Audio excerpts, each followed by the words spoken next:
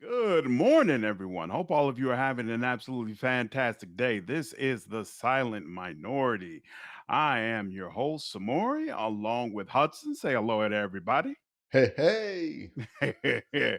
As always, we're happy to have all of you, and we just want to go ahead and get started immediately with what I think is probably the biggest news of the week. Tiffany Haddish and Aries Spears. These are both comedians. These are both people who have been in their respective roles for quite some time. Tiffany Haddish, especially, has seen a lot of success both in movies and she's done some things with Netflix. So she's very, very well established.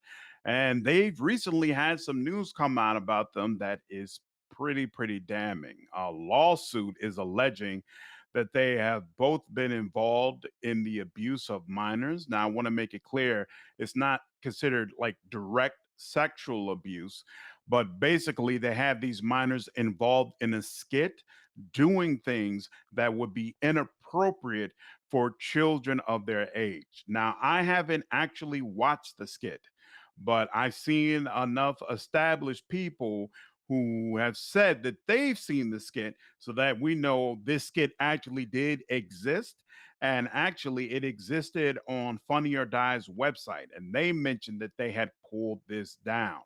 So I'm not interested in seeing minors being abused. So I had no interest in actually seeing it, but I still feel comfortable saying this is a real skit. This actually happened, and it happened in the way, at least as far as what you see on camera, it happened in the way that this lawsuit describes.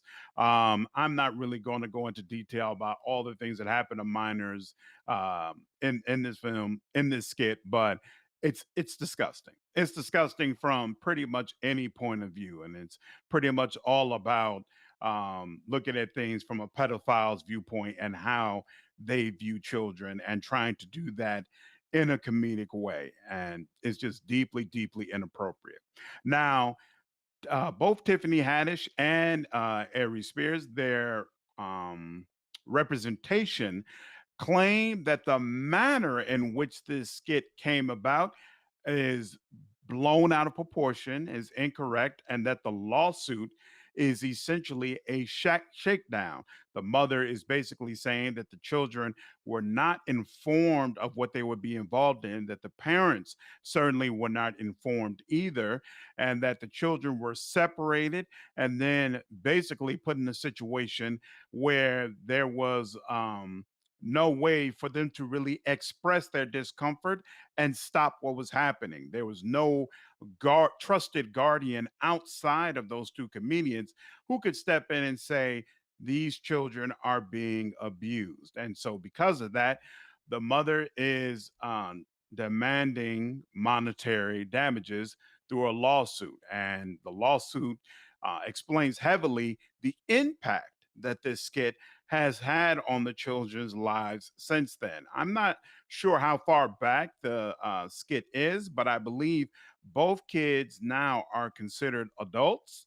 And the lawsuit alleges that this whole situation, with them being filmed in this manner and then that being put out for the entire world, has had a tremendous impact on their lives, on their ability to interact with other people, and it's just been absolutely devastating for everybody. So, Hudson, your thoughts? I, in reading some of these articles concerning it, I mean, Tiffany Haddish all but admitted that all these skits happened. She just doesn't think it's a big deal. So Mm, she's pretty much admitted that it's happened. So there's no question these skits happened. It looks like. mhm, But like the lawyer tried to say, it's being blown out of proportion. Seems to be what they're saying. mhm, And then also B, on the other side, with what they described as far as what was done in this skit with Aries Spears and the looking through the eyes of a pedophile and all that, mhm, based on it's damn near close to sexual assault. I mhm, mean, based on what I saw or based on what I read, I never mhm, actually saw the skit myself either.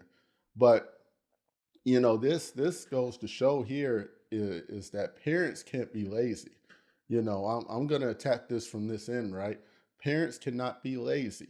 You can't just say, "Oh, my child has a chance to be in this skit. My child has a chance to be in this show." You need to read the damn script.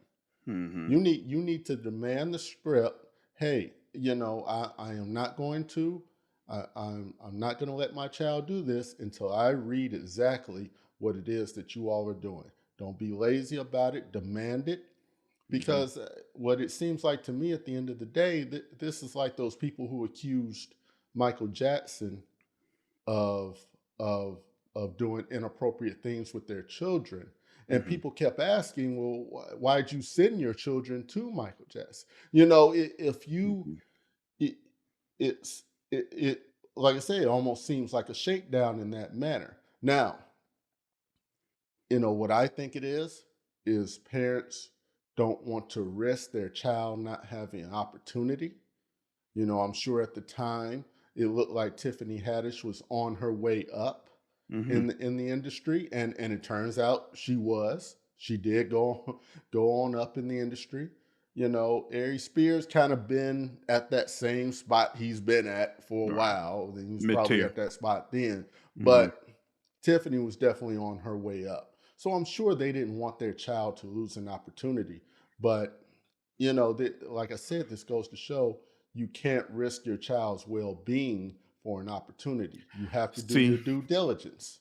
See, usually I would agree with you. Like, I definitely agree with that when it comes to the parents involved in these R. Kelly situations where they don't know R. Kelly. They have no relationship with R. Kelly, but all they hear is that R. Kelly wants to record some music with their daughter or wants to have their daughter over at their house for a while, and they just send their kids off, and then they're given X amount of dollars. I think that's absolutely horrific. I think that's negligence and that's poor parenting, and that these parents haven't really been held accountable in this entire situation. I don't feel like that's the same thing here. My understanding from reading about it is that while Aries Spears is the one who's actually in the skits and he's doing a lot of the things that people find egregious in the skits, both of them have a personal relationship with the mother. So it wasn't like, they just came up and, hey, we need some kids to be in this skit. And she didn't know them from Adam. Apparently, her and Tiffany Haddish had known each other for years, that they had both bonded with each other because both of them were going through divorces, very bad divorces at the time. And so there was already a relationship there. It's also not clear to me if it was directly communicated to the mother that these kids were going to be in skits or if Tiffany Haddish just picked them up. Like if you come to me and you say, "Hey, I'm taking the kids out. I want to take Simone with me." To be completely honest with you, I'm not going to have a ton of questions. I've known you for so long that I feel like, hey, you're not going to put my child in a position that they're going to be harmed or that anything is going to happen to them. I'm going to ask like, hey, so where you plan to take her? And if you say like, oh, I'm taking her to the zoo or whatever, I'm like, oh, okay, cool. What time you going to pick her up? And so to me, looking at this situation, when you're dealing with someone who you feel like is a friend, this isn't like really a business opportunity. This is a friend saying, "Hey, I'm doing this. I think it'd be cool if the kids could join in." Blah blah blah blah. I feel like it's hard to blame it on the mother and say, "Oh, well, she should have been more discerning about this." I mean, if she was told it was a skit, then I kind of agree with you because I feel like if you're going to tell me my child is going to be on camera, then I need a very, very clear understanding of what's happening. But beyond that, just the idea that she would allow them to do this, they're supposed to be friends. Yeah, but at some point, and based on what I read, I think I'm pretty confident in that this mother was told it was skits. One of Mm, the stories said that she thought they were going to go and do something with Nickelodeon and some type of Nickelodeon thing, right? right. She said So that's what Tiffany Haddish told her. so Now that you're so yeah, now that I remember that detail. So yeah, you're right. and even being friends, right? At what point, right? Me and you are like brothers, right? Mm, Now, at what point though? does your daughter come to you and say to you, well, when I was with Uncle Hudson, he recorded some stuff. Mhm. And at what point when she tells you that do you come to me and say, hey, hey, Hudson, Right. yeah, y'all went to the zoo, but my daughter say you recorded some stuff. She crazy, right? You didn't Right. record nothing. What's that all about? Right. At what point do you come to me and say, and I'm pretty much figuring this immediately, Mhm. Yes. and I Yeah. would expect that. That's I a would fact. expect that. That's a And fact. so I gotta say on her end still, at some point those kids told her, Mhm. yeah, we were there, we filmed some skits, we did this, and and at some point, what do you ask? Because what's not coming out in this story is that it probably doesn't start out with a skit involving, pedophilia and all that mess, right? There was probably started out with some type of something that was innocent. Mhm. There was probably some innocent recording of something else. She or he may have brought them in on something that was very small and say, "Oh, now we got this opportunity for you and that Let opportunity." And eventually, she puts her guard down. The mother puts the guard down.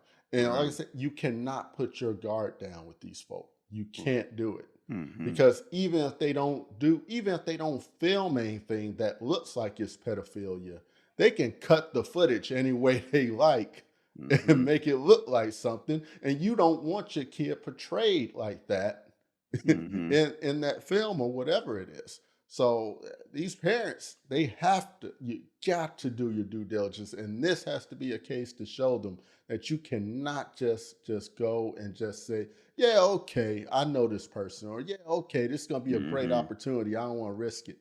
You have to. If the R. Kellys of the world haven't proved it to you yet, here's Right. yet another situation that should That say makes to it you clear. to do your due diligence. And if the opportunity passes because you were doing your due diligence, then that's just an opportunity that wasn't for you Mhm. then. Let it go.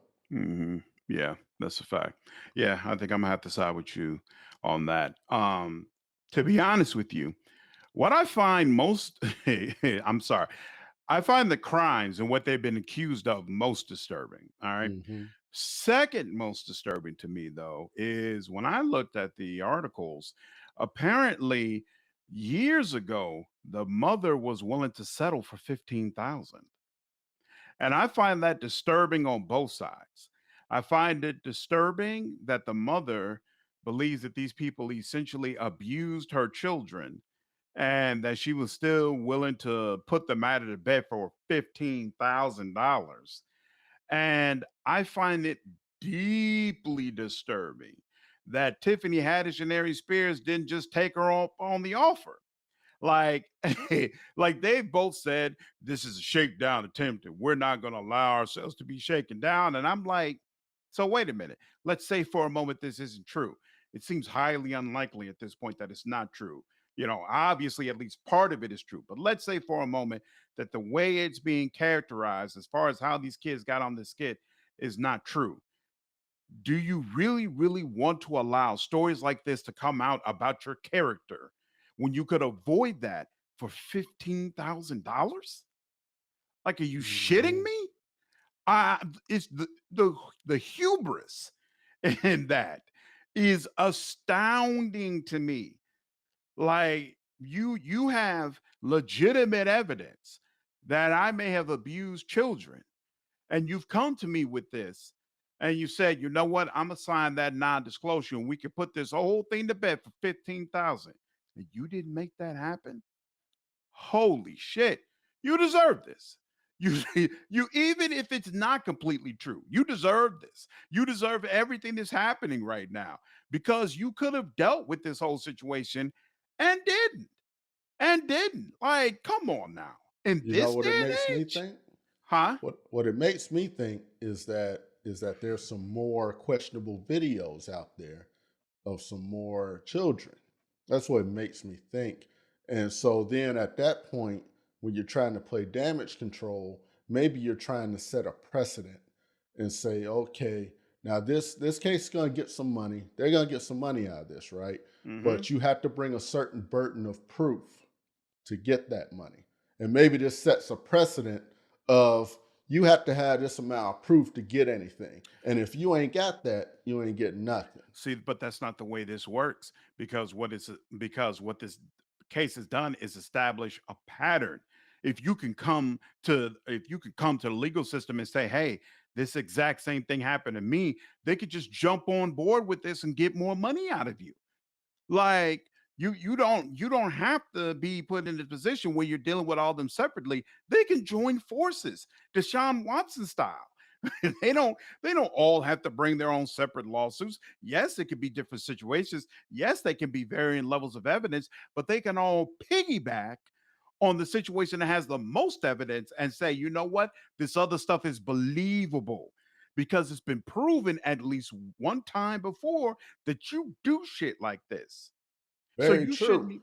but believable in having the proof. Mm-hmm. So here's the thing about joining forces. Like if I got a lawsuit against someone and I say, hey, you know, they've been pissing in my water for the Mm-hmm. past, 15 years. I have proof of that. I actually got video of that. Now you come to me and say, hey, he's been pissing in my water too. I want to Mm-hmm. join your lawsuit. I Mm-hmm. might believe you, but I need some type of evidence from you before I put you in with my lawsuit. Mm-hmm. Because if you lack the evidence, it still hurts my credibility, even if I do have evidence. So I can't just bring you in on it. See, I don't agree with that because when you look at Deshaun Watson's case, the amount of evidence that all those women had varies significantly.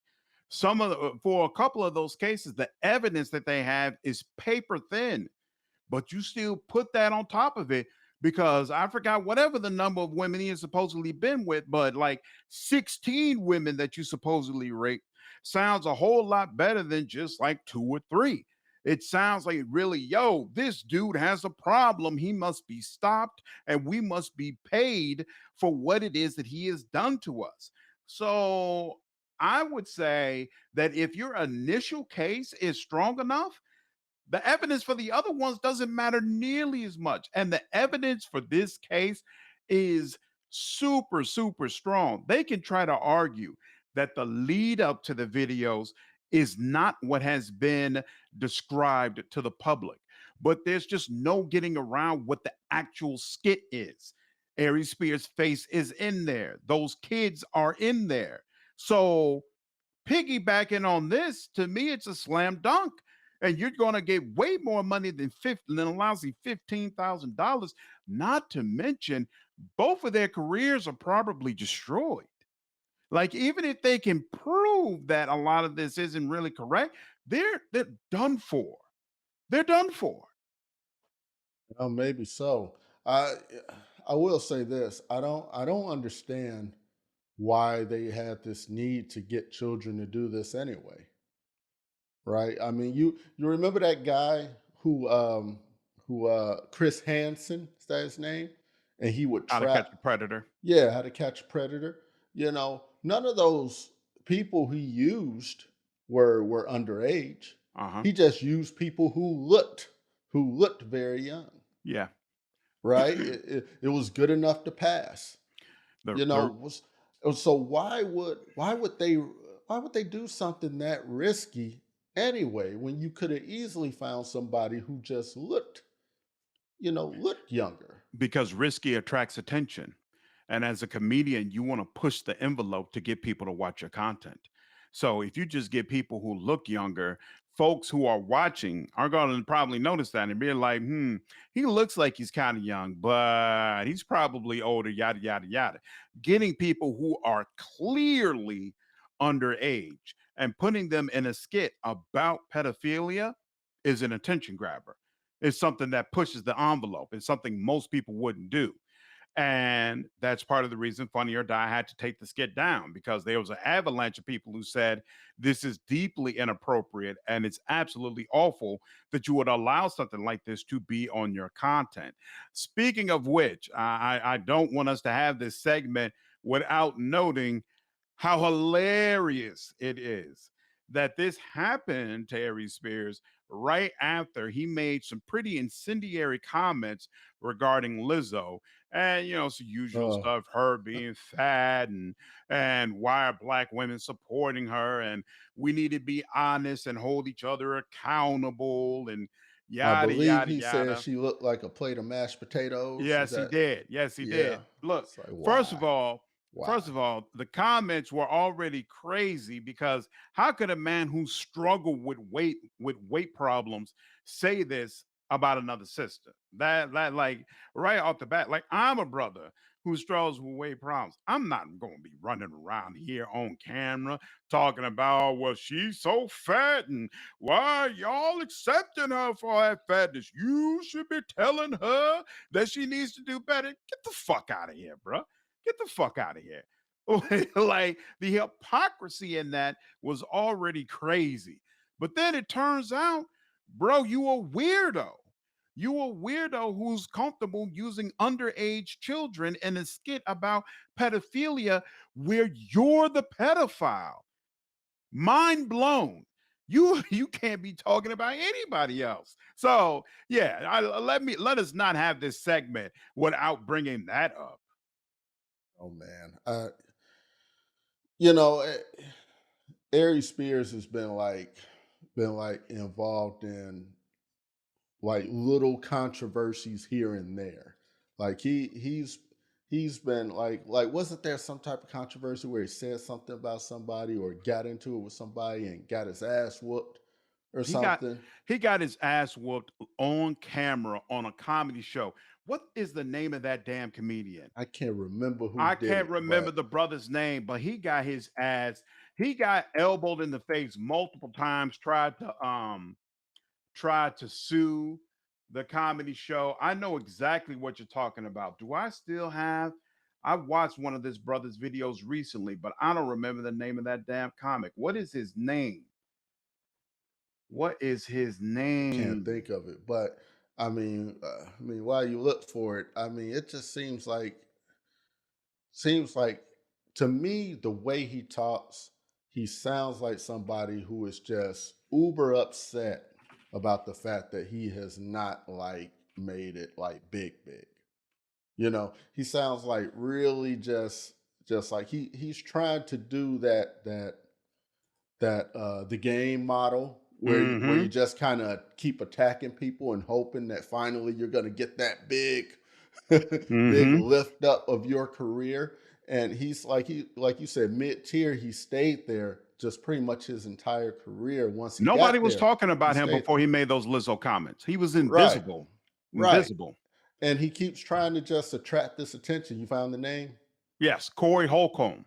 That's the Yes. name of the comedian with the show. So Aries Spears was on this show, and he had this brother sitting right next to him, who I don't know what Spears said, but whatever he said set this brother off. And the brother took off his headphones. It was basically like, "Yo, shut the fuck up." And Aries Spears like, "You ain't gonna do nothing. And if you raise your hands up, Mhm. yo, I'ma handle business." Like Aries Spears tried to make do the tough guy thing, Mhm. and like you could do the tough guy thing if you got hands like that, or if you willing to get down with the get down. This brother got up, elbowed Eric Spears to the face, and he immediately ducked down and covered his head. Like Mhm. he didn't try to fight back at all. And I'm like, why you gonna do that? Why you gonna try to say like, yo, I got hands and this gonna be a problem if you stand up and talk all this tough guy shit? If you know if there's a problem, you're immediately gonna fold. Like I'm a peaceful brother. I don't like to fight. So if things get hostile, my natural reaction is be like, yo, you know what? It's not that big of a deal to me, brother. You got it. If it's that Mhm. important to you, you got it. Because I don't want to have to hurt anybody. I don't want to have to put hands on anybody. So what do Uh, you look like trying to basically help incite this argument and get it to the point that it's fighting when you not ready and down to fight? Then after the show ended, he tried to sue Corey Holcomb. He tried to sue mhm. him and say, like, basically, I guess other people should have come and helped him, and that he was assaulted on Corey's show, and therefore Corey was liable for this. Corey got on camera and called him a bitch ass nigga. and said he had text from dude basically telling him that, I got gangsters and I'm gonna have you harmed and all sorts of other stuff. And he's like, bro, I'm not gonna countersue you. I'm just gonna defeat this. But the next time I see you, we're gonna talk about this. You're gonna have to answer for these texts that you sent me. You're gonna have to back that shit up. And it's already been proven you not that dude. So why would you pretend to be that guy if you know you're not that guy? It kills me when people, especially black men, pretend that they're gangster when they know they're not. I am not a gangster. I am not. I'm not sending people to kill nobody. I'm not sending people to harm nobody. And I'm not going to pretend that I will. If you've harmed me in some way where I feel like there needs to be restitution, I'm calling the police. Or I'm putting lawyers on you because I'm a civilian. I don't understand why these civilian ass niggas are so hell bent on pretending that they're thugs when they're not. So you're a wannabe thug and you're comfortable pretending to be a pedophile and putting real underage kids in that position while at the same time being critical to a black woman because she is overweight and being critical to black women in general because they support her. Who the fuck are you, bro? Who are you? He's trying too hard to be relevant, trying too hard to be relevant, and it's pathetic. It's pathetic. Because if it wasn't for all this dumb this mess he tries to keep up, I actually think he's a pretty funny dude. Mm-hmm. But he keeps doing all this mess. Be happy where you are, right? Yeah. I'm not famous. I'm not famous by a long shot. I'm Mm-hmm. I'm talking on this thing. I don't know how many people are going to end up listening to it. I Mm-hmm. hope and I'm sure that I'm going to get more listeners. We're going to get more listeners over time, but I'm happy where I am. I'm Yep. happy that I'm doing this. Same here, And brother. Same yeah, here. and you got to be if you're not happy in your space, in your current space, you're not going to make it, wherever you're trying to go. It's one thing to be ambitious and want to get farther, but it's another thing when you're not happy in your space. You're I, it just drives you to do silly things, and he Yeah. does a lot of silly things.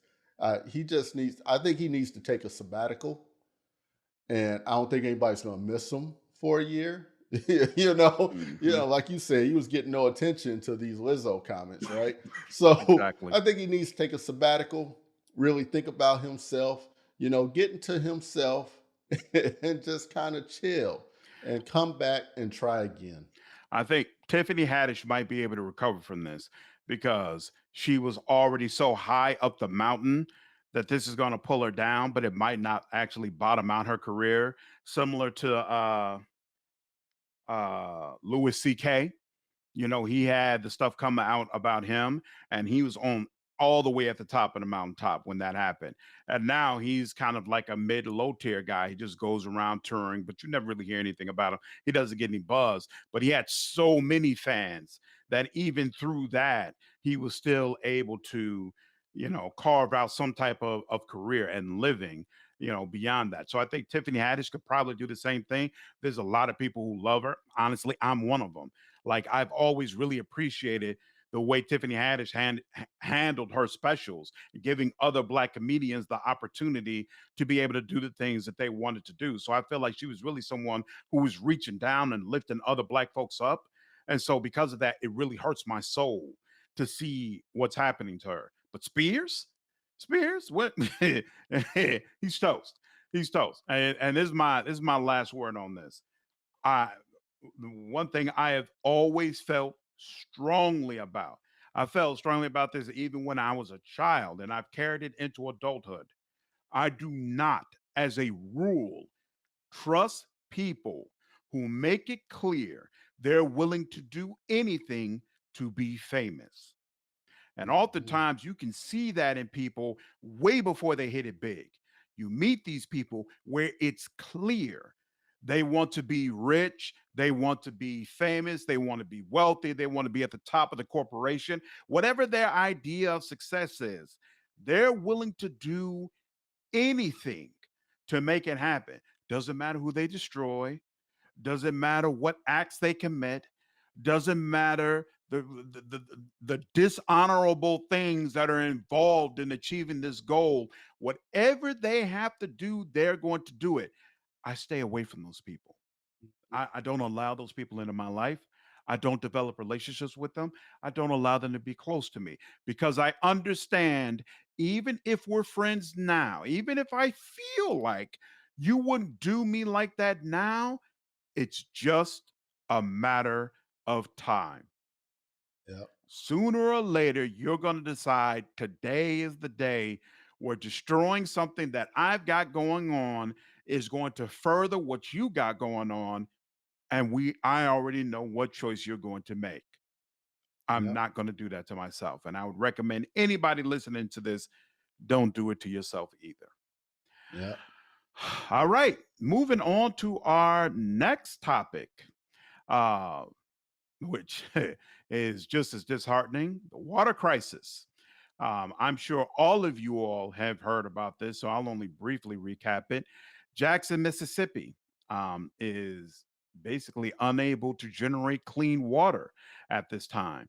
So, basic things, flushing toilets, brushing your teeth, clean water to drink, they don't have any of it. They're basically getting brown sludge out of their faucets. And this is because of a complete catastrophic breakdown of infrastructure that apparently has been 30 years in the making, with multiple representatives in Jackson area, basically political representatives, trying to make it clear that there's an infrastructure issue and that this needs to be addressed, and essentially being ignored by Mississippi, with resources that should clearly be going to the state with the largest amount of residents instead being diverted to other areas throughout the state that are, of course, more heavily populated by white people.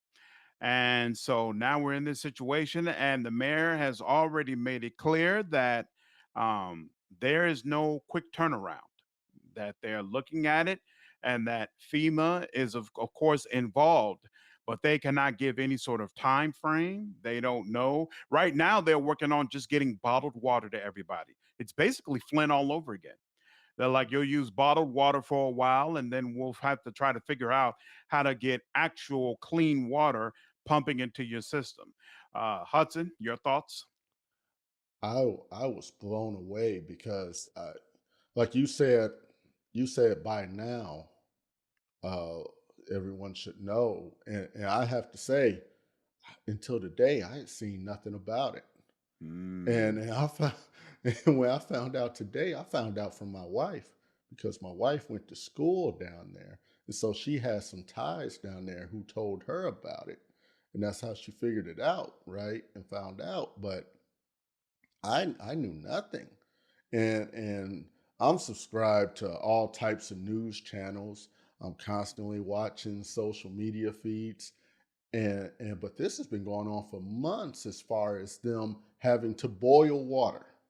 They were on boil water alert for months, hmm right? And it just whatever equipment completely went kaput, right? And now they can't even shower without closing their mouths. They say if you want to shower, you got to keep your mouth closed, That's a right? fact. And so now we have thousands on top of thousands of people who are who are figuring out now exactly how instrumental water is to your everyday living situation. I hmm mean, I'm trying to think myself, man. Brushing your teeth, cooking, Yep. how do you get your dishes clean? Some people have the sludge coming out, some people have nothing at all. So some people can't even flush their toilets now, you know. So all this instrumental stuff that water provides. I mean, I'm thinking about washing clothes. hmm Just more and more stuff keeps coming to me. It's like, what do you do? Watering your grass. Yep. It's like, where does it end? You It know, doesn't. and I am just totally, how in a country like this can we have anywhere in this country where this can happen for months, for days, and months on end? I mean, I get upset when there's a power outage and I can't get my Wi-Fi or my or my Hmm. internet for a few hours, Yeah. Yeah. right? And they've been doing without water and clean water for months and months. Not to mention before they were on boil alert, you didn't want to Hmm. drink that water or really do much with that water anyway to begin with. But now it's just totally ridiculous. I want to make it clear this is a political issue. This is an issue of political power. I'm sorry.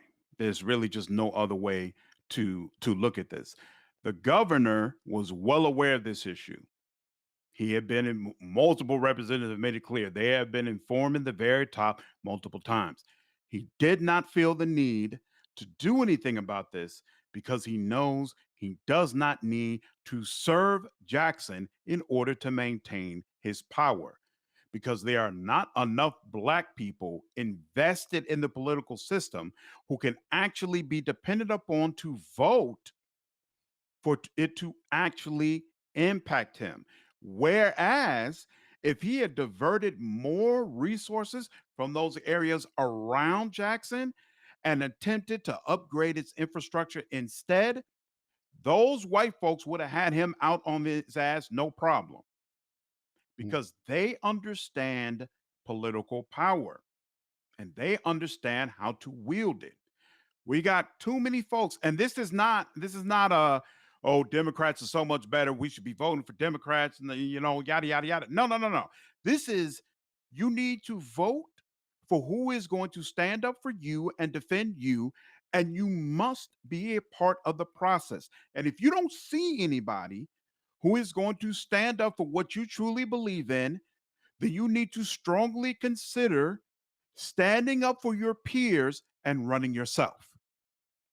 But it can't be what it has been for so many black cities across the country, where we say, nobody's fighting for us, none of this matters, so we're just going to ignore it. We're just not going to vote. And hey, whatever happens, happens, and we'll just roll with it. This is what happens. This is what Yep. happens. I'm just trying to be real with everybody here. This is the results of a political system that understands they don't need the black folks there in order to win and compete. If they thought they needed you, they would not have done this to you. And it's your fault they don't need you. There's too many black folks in Mississippi for this to have been allowed to happen.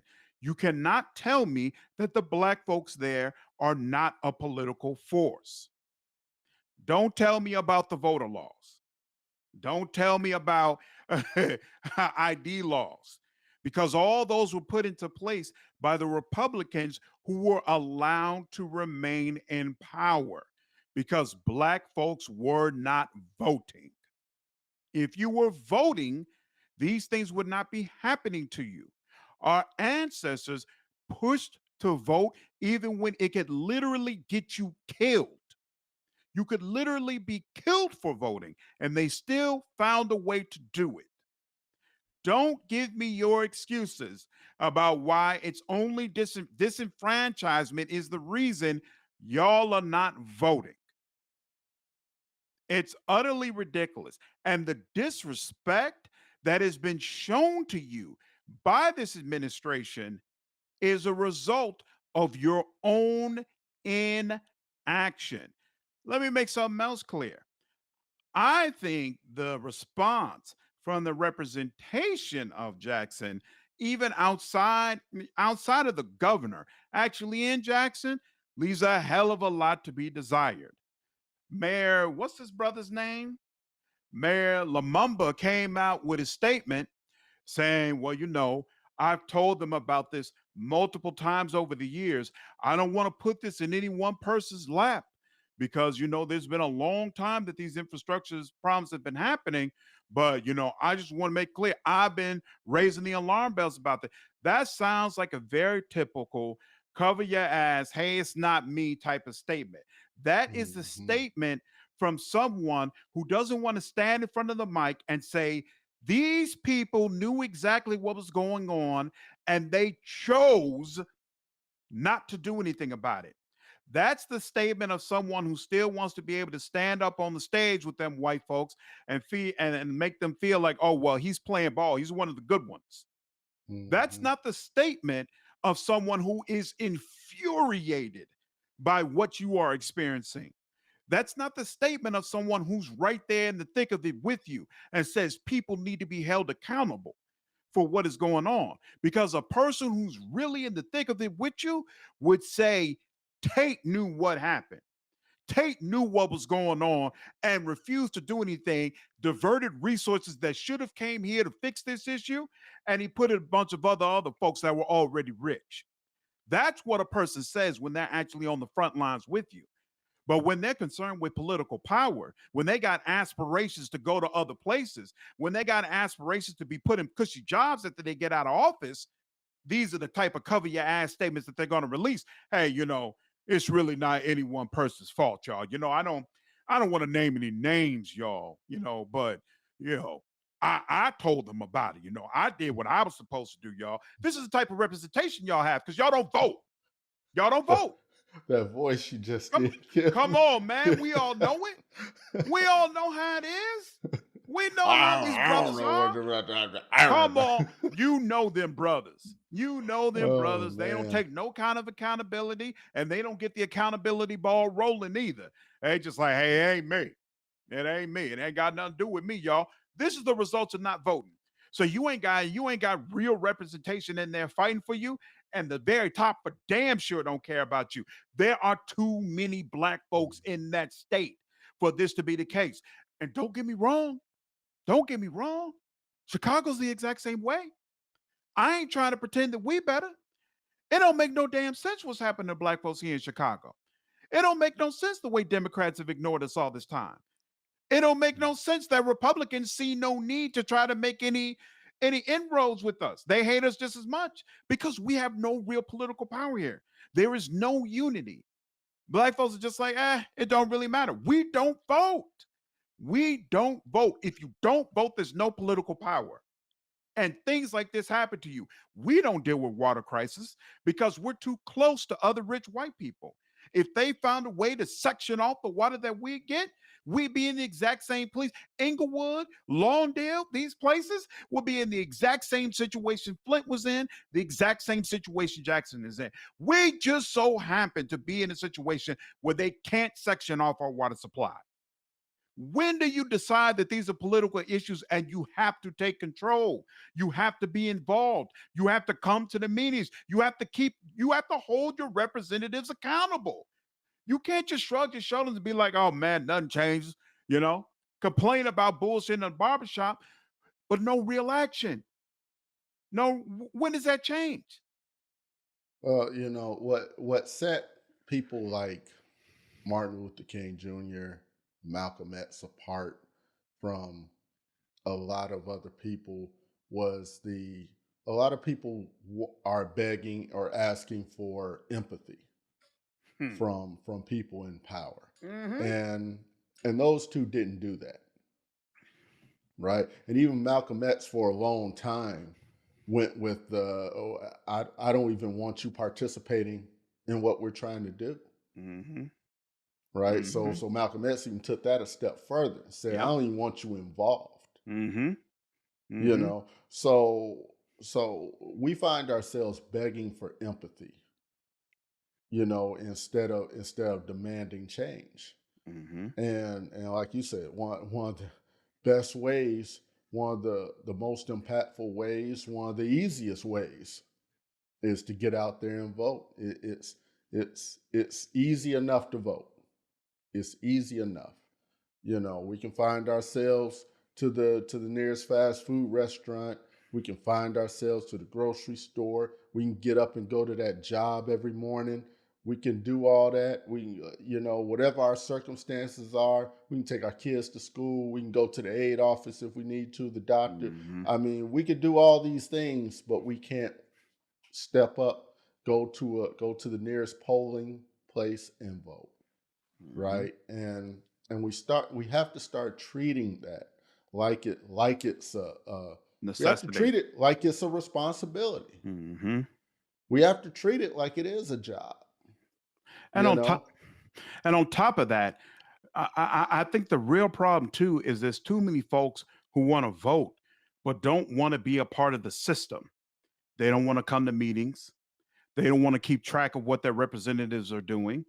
They just Mhm. want to vote and then close their eyes for 4 years and then vote again. And if they look up after 4 years and they didn't get anything, and they're like, "Oh, that's proof. That's proof that my vote doesn't count." That's not the way political power works. You vote for that representative, and then you say vigilant and present and remind this person, no, no, no, no, no. You have to service me. I'm the reason you're in this position. You have to do what I want you to do. And if you don't, when those elections come back around, you're out of there. That's what these corporations are doing. They're not just giving these politicians money and then closing their eyes for 4 years and hoping for the best. They've got people in place to remind these folk, excuse me, I gave you money. I'm the reason you're here. You're going to sign these bills. You're going to push my agenda. You're going to tell people that what I want to do is what's best for the city, even if it's not. Because if you don't, you're out. And the problem we have right now is that even representatives who would like to do the right thing, how could they when they're representing a population that is asleep, that isn't paying attention, that doesn't understand what's happening politically in your city is going to impact you directly? Even if you wanted to do the right thing, none of these people are awake enough to actually support and defend you and ensure that you stay in office when you do what they want you to do. Meanwhile, all of the cronies, all these bankers, all these corporations, they're vigilant 24/7. You twitch a finger in a way that they don't like. They write on it like, "Whoa, we saw that, buddy. You remember how much we donated to your campaign, right? Come on now.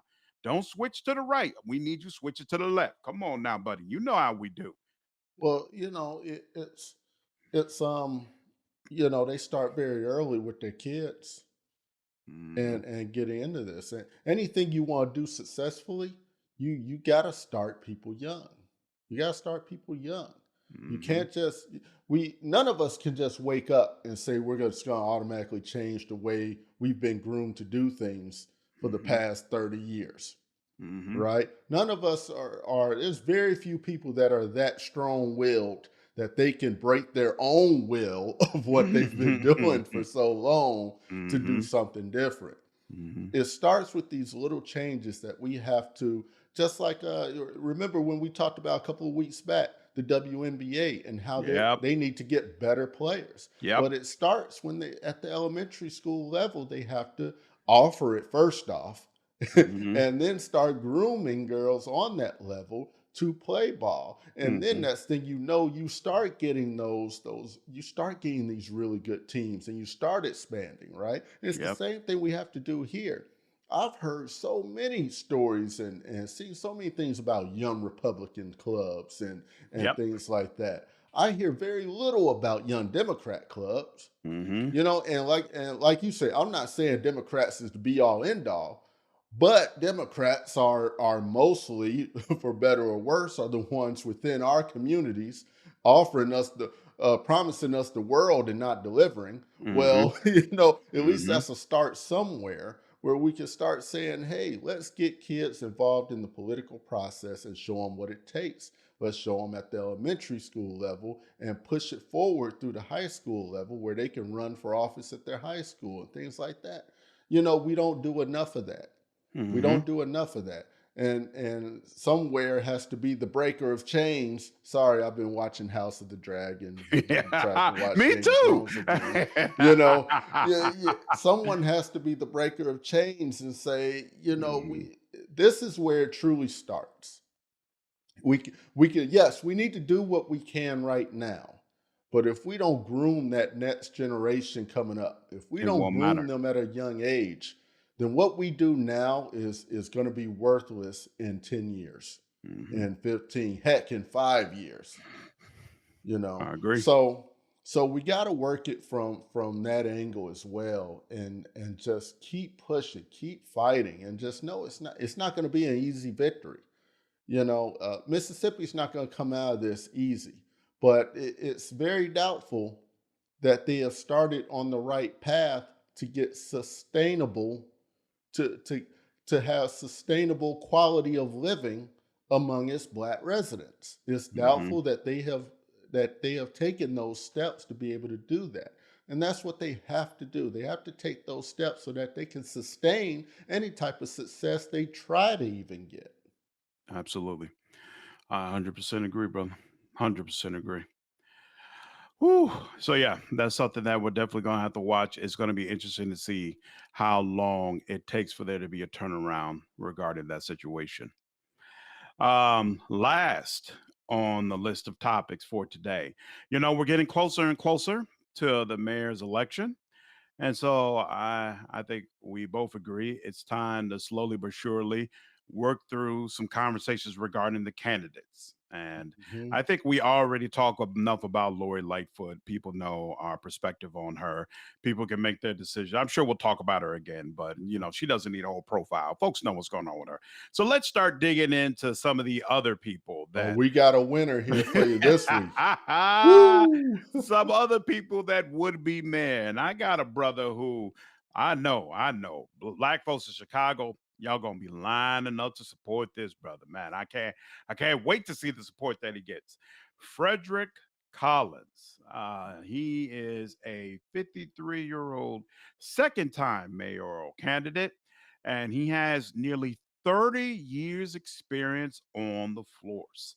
And in that time, 42 complaints have been filed against him. Now, I want to make it clear that I've spoken with police officers before about how complaints work, and they said, hey, you can get complaints for all sorts of things. And sometimes you could do everything right by the book, and people will still file a complaint against you. So you can't look at how many complaints an officer has and say, oh, well, that officer, he's definitely an issue.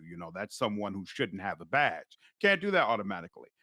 The problem is, according to CPD records, 20% of the allegations against Collins were sustained, meaning investigators found enough evidence to warrant discipline, which absolutely shows a pattern of behavior.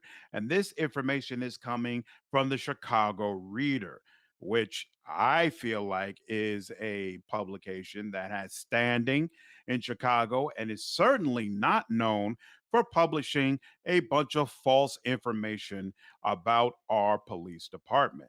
Now, this brother has been accused of some pretty crazy things, from sexually harassing women to physically abusing kids, pushed his kid's head in the locker, supposedly planting evidence, unlawful searches, just things that you don't want a police officer doing once, but someone who shows a pattern of repeatedly doing these things is just absolutely bananas. Now, to be clear, he has come out publicly and said that all of these complaints are false and that he is innocent of any charges. And more importantly, he said if elected as mayor, due process is going to be part of his platform. And he wants to ensure that anybody accused of doing something is allowed the opportunity to present their evidence and show that they are innocent rather than automatically being proven guilty or whatever he feels like happened here. And he also made it clear that he feels like the city has kind of become an open piggy bank where people make complaints against the police and then the city just doles out money to these people as opposed to really giving the officer their day in court and letting it be proven that what the officer did was in the right. Hudson, your thoughts.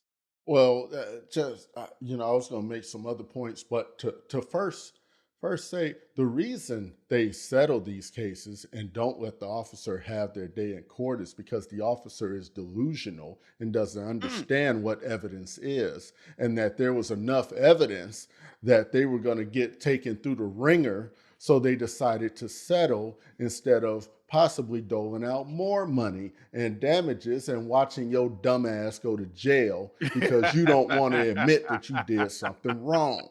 Mhm. Okay, now that I'm off of that rant, you know, this dude, we haven't had a chance to talk about this, but Chicago has finally gotten their civilian oversight board of the police, right? They're actually going to vote on more official members in this upcoming election. But now we have temporary members of this board appointed by Lightfoot, right? This dude, Frederick Collins, is probably single handedly the reason that we have been begging for a Mhm. civilian oversight board for I don't know how long. Yeah, this dude is like the Suge Knight of the police. Okay.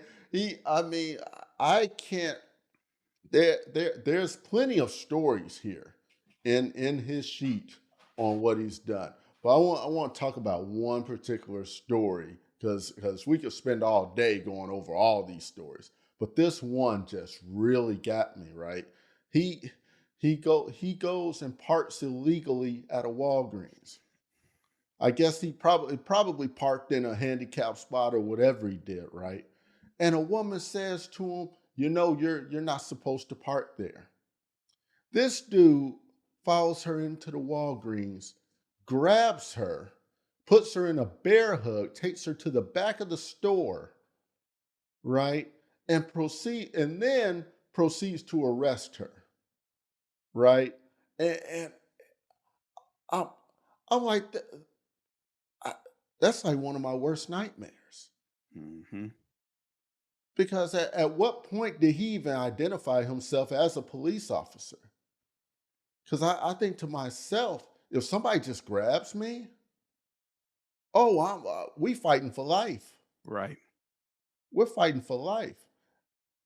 But you're probably going to charge me for doing that because Mhm. you didn't identify yourself.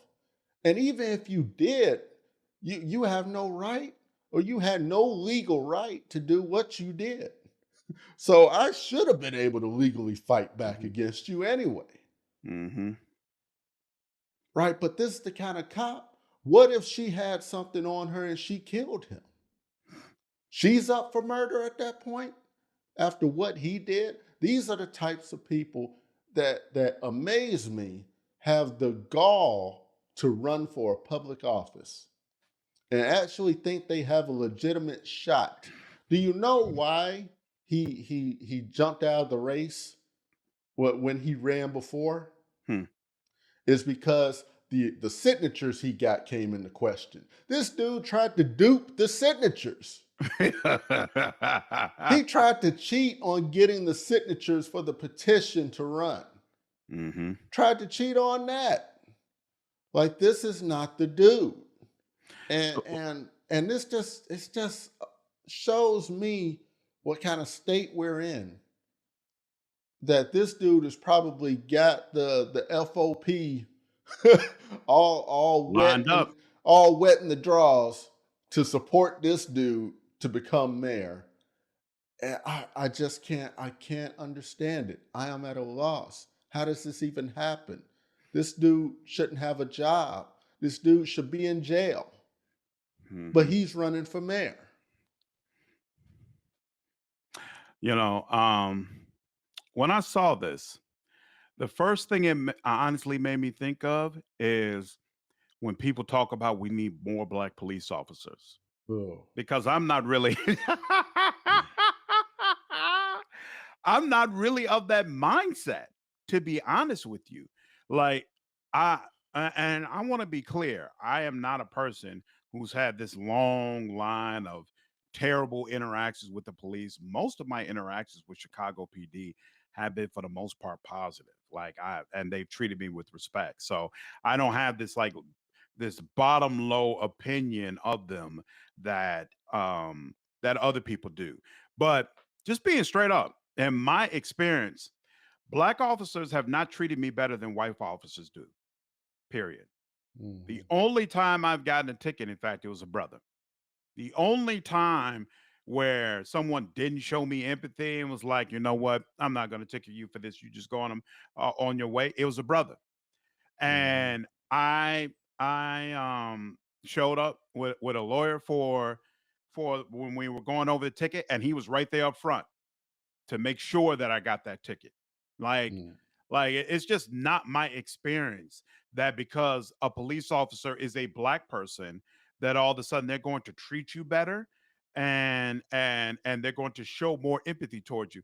In fact, my experience, and I know for damn sure the experiences of a lot of other black folks, is that black police officers will treat you worse.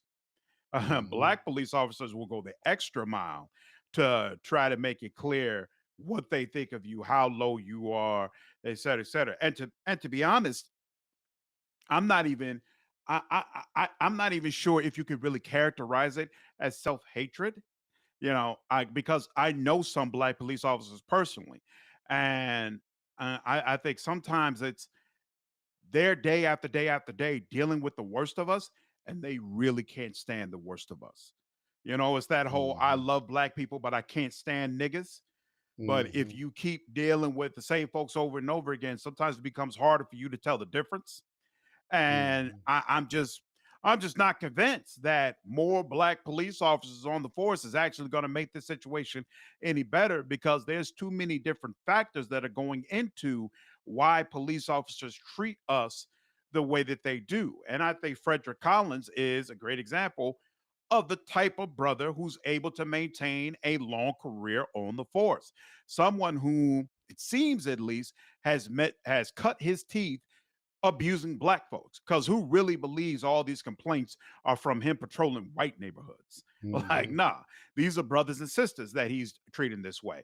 And that's why Mhm. the CPD is comfortable with it. If he was up in them suburbs and white folks were throwing in complaints time after time saying that he followed some white woman into Walgreens and put her in a bear hug and arrested her unlawfully, there's no way he would still have a badge. But he Mhm. still has a badge because he did it to black folks. We don't vote. We have very little political power. So we don't have the necessary pressure to force these people to lose their badge. Consequently, now, after a 30-year career of abusing black folks, he's able to stand up and be a mayoral candidate and say, well, these complaints must not be true because I still have my badge. If they were true, I would have been fired off the police force. Because, hey, he's kind of right. In a righteous world, that's exactly what the fuck would happen. But that is not the city or the world that we live in. Mhm. He was in our schools for so long too. He was in our schools for so long, arresting our children. Mm-hmm. Again, single-handedly the reason why we don't want police in our schools. Again, he even had security guards who were working with him saying that, yeah, he used excessive force. Yeah, I don't see why what he did was necessary. Mm-hmm. I mean, I don't, I just don't. This guy was just able to stay through the cracks, and he's talking about wanting to hire 20,000 more police, and he's going to want to hire 20,000 people like him. He already said he wants to bring back stop and frisk. I mean, Mm-hmm. he said that straight away. That's on his website. He wants to Mm-hmm. bring back stop and frisk. And where that stop and frisk going to happen at? We Our know where neighborhood. stop and frisk is going to happen. So I just don't know how guys like this just have the gall. I can't. I, there's no way that there's nothing else he could say, nothing he could do at this point that would ever get me to write his name or fill in his that bubble next to his name on a ballot. It just will not happen.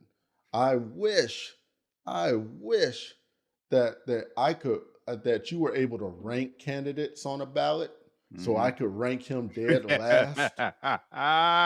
Like, really, it should be like all-star voting, like all-star voting for the NBA, you get to Mhm. rank everybody and give each one a certain amount of votes based on, Mhm. I Mhm. would love to rank him last, and I just don't I think it's it easy to have the gall when nobody's ever telling you no. He's been doing this for 30 years, and who's really been stopping him? Like, I didn't look through the Chicago Reader article completely, but I don't feel like he's had any long stints of suspension where people were like, you know what you're doing is egregious. So we're going to sit you down and make it clear you've got to stop. No, no, especially he's been on the force for 30 years. So he was on the force during that era where this stuff was welcome. Where they're like, yeah, we need you cracking these brothers in the head left and right as often as possible. So when you've been doing this for so long, surrounded by people who are telling you, yeah, you're doing the right thing, brother. Of course, when you get out of there, your perspective is not really going to change. You're convinced that you have 30 years of good service and that the city should give you a damn medal for everything that you've done. And this brings actually to my last point. There's this segment of people, and it's not just the police force. It's a whole lot of people. It's a whole lot of white folks. It's a whole lot of prosecutors. It's a whole lot of people who benefit from the justice system in general, who feel like the answer to the city's problems is more police. It's more police and less restrictions on the police. That will fix everything. And these people seem to just completely ignore history, yeah, because we've especially had that. the history of this city, because Yeah, we have that. We are locking up black men at several times the rates of any other population. We have more people incarcerated in this country than damn near any other well-developed country you can look at. And that's mhm, again several times over. Cracking folks upside the head, locking them up, and brutalizing them does not work to make them more lawful. It yeah, doesn't. An empowered area is more lawful, because when you have money, when you're doing well, when you're able to take care of everybody around you, and you're able to do that in a lawful way, then it's much more likely that you are going to maintain a lawful lifestyle. Now, if the only way out that you see is something illegal, and that's the mechanism that you use, then yeah, definitely you're going to keep doing that, which is why you see all these rappers. They ask, why do these rappers get rich and then still commit illegal acts? Because from their perspective, the illegality is what got them there in the first place. Like, that lifestyle and what they've been doing is what allowed them to pull themselves out of their circumstances. When they look at the people doing things legally, most of us are broke. Most of the people who have lived life in a legal fashion and have no interest in trying to deal a bunch of drugs and do all that kind of nonsense have not figured out a way to give ourselves a lifestyle where we are comfortable. A lot of us are working two jobs. A lot of us, even if when you're working two jobs, you're still just barely getting by, just barely putting food on the table. Don't really have any additional income for yourself. Why would someone want to replicate that lifestyle? So, of course, you have these huge swaths of people who choose crime, who say crime is the way for me to get out of the circumstances that I'm in. It cracking more people upside the head, stopping them and frisking them, jailing them, unlawfully imprisoning them. None of these things are going to make your area more lawful. It's oh, not. And we keep generation after generation after generation, folks come up with the same solutions because they completely refuse to look at what has happened before, to the detriment of all of us.